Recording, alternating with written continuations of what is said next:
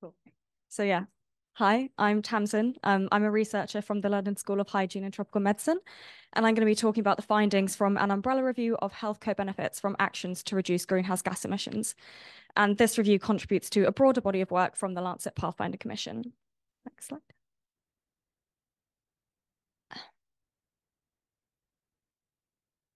Cool. So an umbrella review is typically a review of systematic reviews, but ours was slightly unconventional in that because the data reported in the reviews often fell short of the level of detail required for our analysis, we ended up looking into the primary studies to extract further data.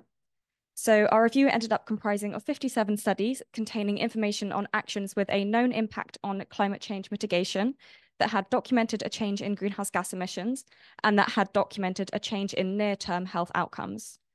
Next slide. Oh, oh dear.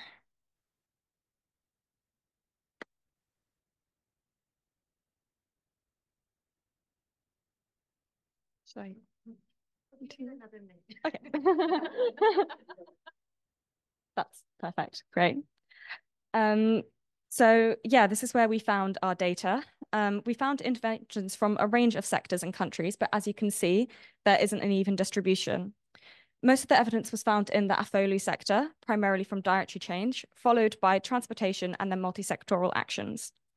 Actions primarily came from high income settings, with only one low middle income country included, which was India.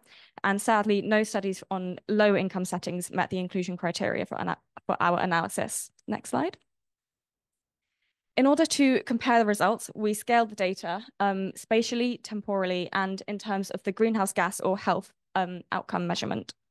And this gave us two measures representing the carbon mitigation intensity and the health co-impact intensity, which are the kilotons of CO2 equivalent per 100,000 population per year and the years of life lost per 100,000 population per year.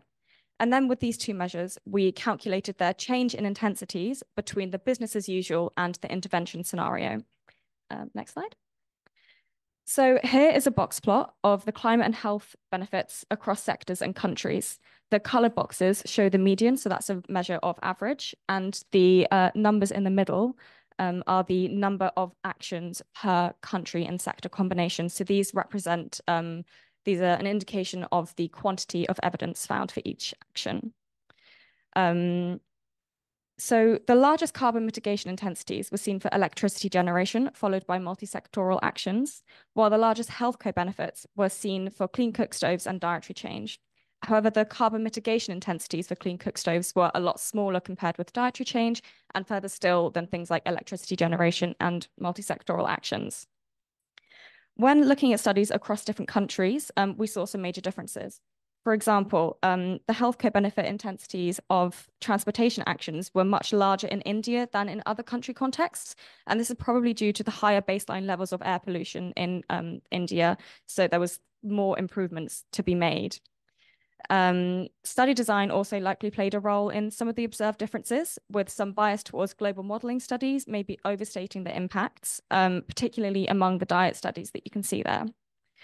There's also a lot of nuance in terms of the interventions themselves. For example, the agricultural actions we found were pretty unambitious. So this graph isn't saying, let's not bother with agriculture practice reform, like please do continue advocating for that. It's highlighting where the evidence was found that was articulated in a way that we could harmonize. And next slide. So moving forward, there are a few things that we'd like to see. Firstly, we want to see more clear and consistent reporting of both the interventions and the outcomes. The content and the context of the interventions were often only briefly described, which limited analysis. And we had to exclude a lot of the studies due to incomplete reporting of health outcomes. We'd also like to see more consideration of synergies and trade-offs, for example, mental health impacts, and biodiversity and social impacts as well, because these ultimately impact health. And that would give us a more holistic view of what's going on in the interventions and the health outcomes. We also need future research to prioritize filling in some of the gaps in data for low and middle income contexts. There are a number of things that we're doing that are specifically related to this umbrella review that we think will help with some of these issues. We're actively working on a living map of modeled evidence to further investigate some of these evidence gaps and understand why they're there and a bit more about them, as well as creating frameworks to encourage better data standards when it comes to reporting the greenhouse gas and health outcomes for climate mitigation actions. We've also created a climate and health evidence bank to share outputs from our umbrella review and the case studies of implemented actions that we've also been working on. If you want to learn more about the umbrella review, some of the other actions we've taken and how you can get involved, then please, next slide. Yeah. Then please scan this QR code, which I don't know if you can scan because there's a little box over it, but if that is moved, then maybe you can scan it. Or please come and talk to myself or my colleague Blanca afterwards. Thank you very much for listening.